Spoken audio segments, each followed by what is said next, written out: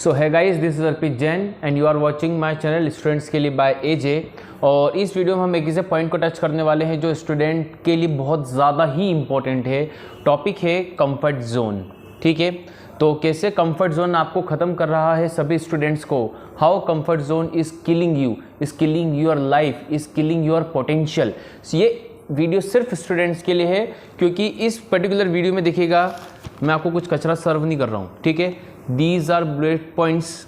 ठीक है, मेरे 10 साल का जो एक्सपीरियंस है, जो मैंने बच्चों को ऑब्जर्व किया है, उसके बेसिस पे मैंने ये कीवर्ड्स बताए हैं, की पॉइंट्स बनाए हैं, और इसी से रिगार्डिंग मैं आज आपको बात करने वाला हूँ कंफर्ट जोन। देखिएगा, तो कंफर्ट जोन एक ऐसी बीमारी है जो 99% हर बच्चे में होती है।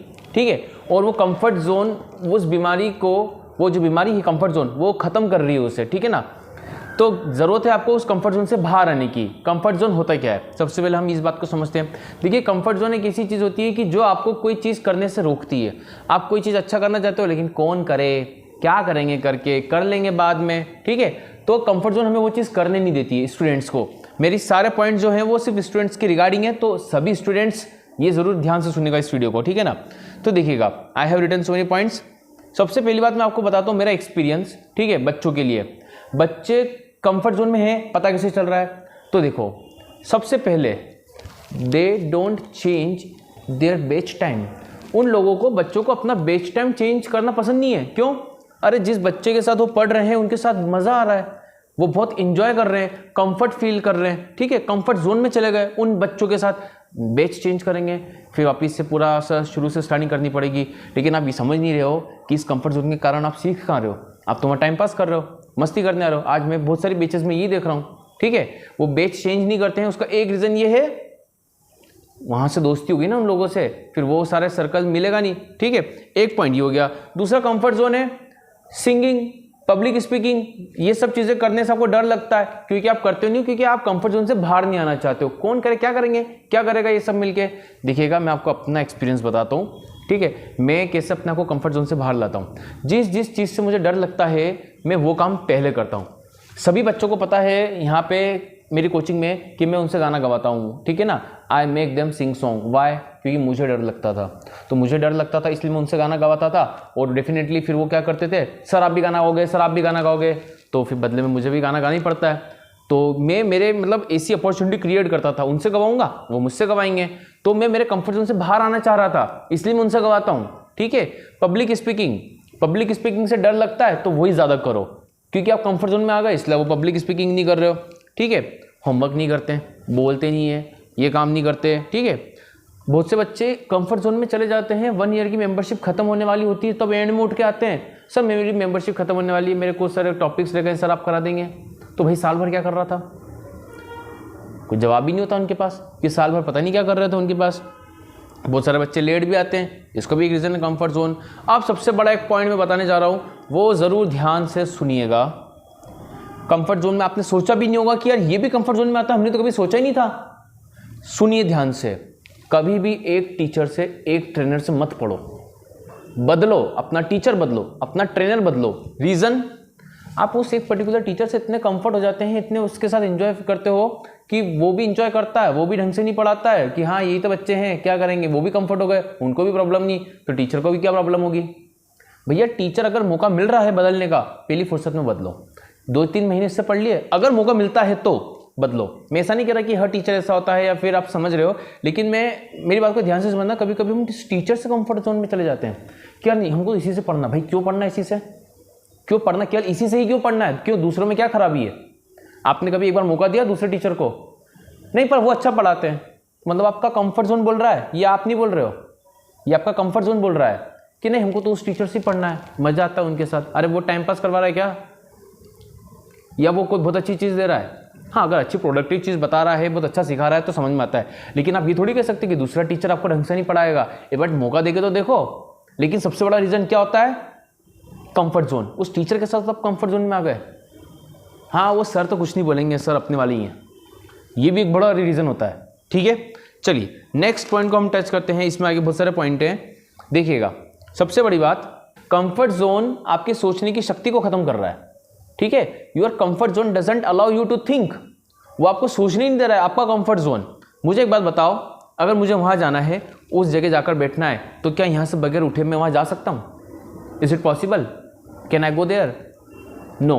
अरे वहाँ जाना है तो यहाँ से तो उठना ही पड़ेगा ना, ये जगह मुझे छोड़नी होगी, क्योंकि मुझे एक नई जगह जाना है।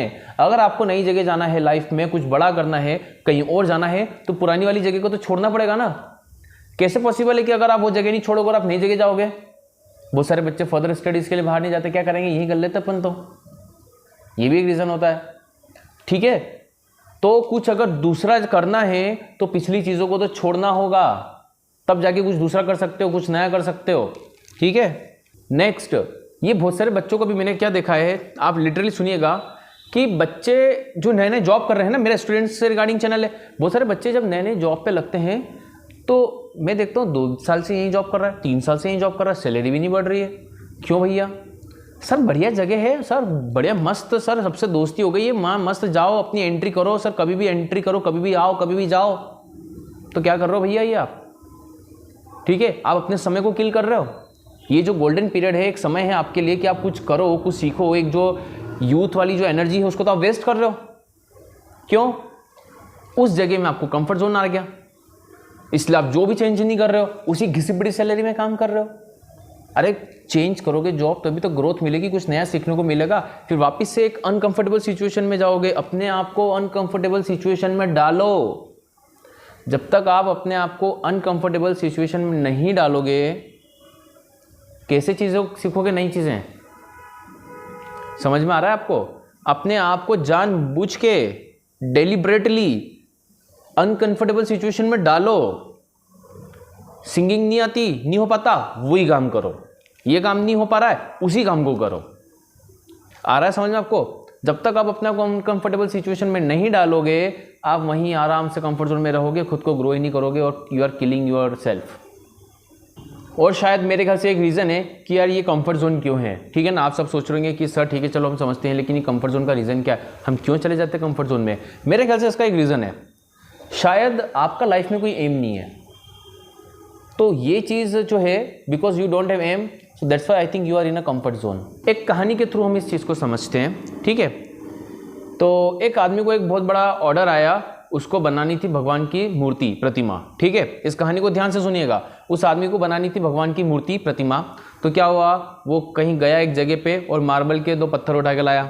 ठीक है, अब जैसे ही उसने एक पत्थर पे छेनी और हथौड़ी से उसको ठोकने लगा, उसको शेप देने लगा, पत्थर से आवाज़ आई, रुको क्या कर रहे हो, स्पेनिंग, इससे दर्द हो रहा है मुझे, प्लीज़ डोंट हिट मी, पत्थर बोला। ठीक है, तो उस आदमी ने क्या करा, ठीक है अगर आपको दर्द हो रहा है, ठीक है आई डोंट हिट यू। वो जाके दूसरे पत्थर पे ट्राई करता है। ठीक है ना, दूसरे पत्थर को भी वो हिट करता है, मारता है छेनी हथौड़ी से उसको शेप देने के लिए। फिर वो पूछता है, क्या भैया तुमको भी दर्द हो रहा है क्या? पत्थर क्या बोलता है दूसरा वाला, yes it's paining but you carry on. ये दर्द है, दर्द हो रहा है, पर यू कैरी ऑन, आप लगे रहो, आप कंटिन्यू करो। वो लगा रहा एंड फाइनली इवेंचुअली वो सेकंड वाला पत्थर एक प्रतिमा का रूप ले लेता है। वो एक प्रतिमा का रूप ले लेता है। ठीक है, अब जब जिस बंदे ने ऑर्डर दिया था वो उस बंदे के पास आते हैं। ठीक है, वो बोलते हैं हाँ भैया हमारी मूर्ति तैयार है। बोले बिल्कुल सब तैयार है, ये देख लीजिए, एक नंबर मूर्ति बनी थी। तो वो मूर्ति को, उस प्रतिमा को ले जा रहे थे। जाते जाते वो बोले, ये वाला पत्थर आपका किसी काम का है क्या? बोले नहीं, ये तो किसी काम का नहीं, ये तो यूं ही ऐसे ही है, बेकार है। तो बोले क्या आप हमको दे सकते हो? तो बोले इसका क्या करोगे आप? बोले भगवान की प्रतिमा के सामने लोग आते हैं ना, नारियल फोड़ेंगे, तो कहाँ फोड़ेंगे? तो सोचा उसके लिए भी एक पत्थर बहुत बढ़िया सेम काम में आ जाएगा। तो बोले हाँ बिल्कुल ले जाओ, कि तो किसी काम का नहीं है। गया, अब मंदिर में वो प्रतिमा को सब पूजते हैं, और उस पहले वाले पत्थर जिसने मना करा था कि रुक जाओ, मत करो, मुझे मत मारो, डोंट हिट मी, उसको अब सब उस पर नारियल फोड़ते हैं। ठीक है, जो आए भड़ा एक, जो आए दे नारियल, जो आए दे नारियल, जो आए दे नारियल।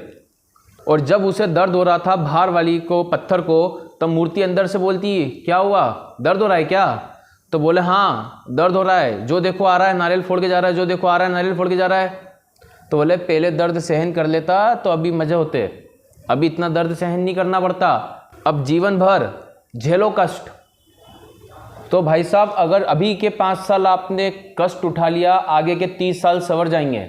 और अभी के 5 साल अगर एंजॉय करा, आगे के 25-30 साल बर्बाद हो जाएंगे आपके। तो अभी भी मौका है, अभी भी वक्त है, आप अपने कंफर्ट जोन से बाहर आओ। आपने सुना होगा भैया रातें जागे बगैर नसीब नहीं जगता, सुना है ना? तो भैया नसीब को जगाना है तो रातें जागनी होगी, मेहनत करनी होगी, कंफर्ट जोन से बाहर आना होगा।